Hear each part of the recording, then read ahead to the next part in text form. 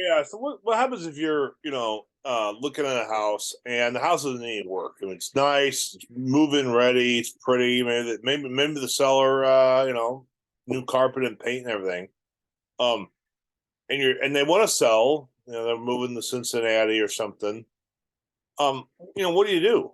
You know, wholesale deal. Typically, how wholesale deals work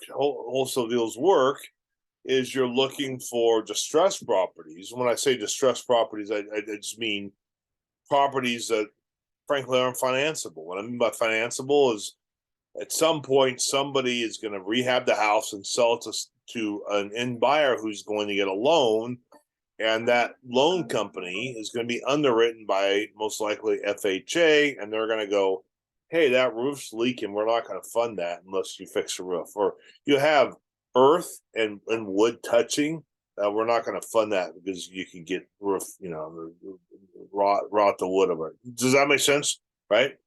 Peeling paint, we're not going to finance it until it's fixed. So it's not financeable. Okay. So that's typically how wholesaling works. Okay. You got to find distressed properties. Somebody buys it at a discount. They do the sweat equity. They put the new roof on there. They get the wood. You remove all that. Get rid of the peeling paint. Get rid of the mold. And then they sell it for a profit. Okay. Well, happens the house doesn't need any work, right? Well, I mean, here's the thing: if you're going to try and do a typical wholesale, you're going to have to buy it at a big discount because a flipper. I mean, just because they're buying a house for, $200,000, and they can sell for 210 or something, right? They're not going to make any profit. I mean, real estate commissions, closing costs, money costs, that kind of thing, right? So they've got to buy it at a discount. Typically, they're going to want to be about 70% of the ARV. All right. So they're going to have to buy it at a big discount because of all these costs that they have involved, right? So if you're looking at a house that doesn't need any work, it's going to be kind of hard to be able to tell the seller, hey, you know what, man?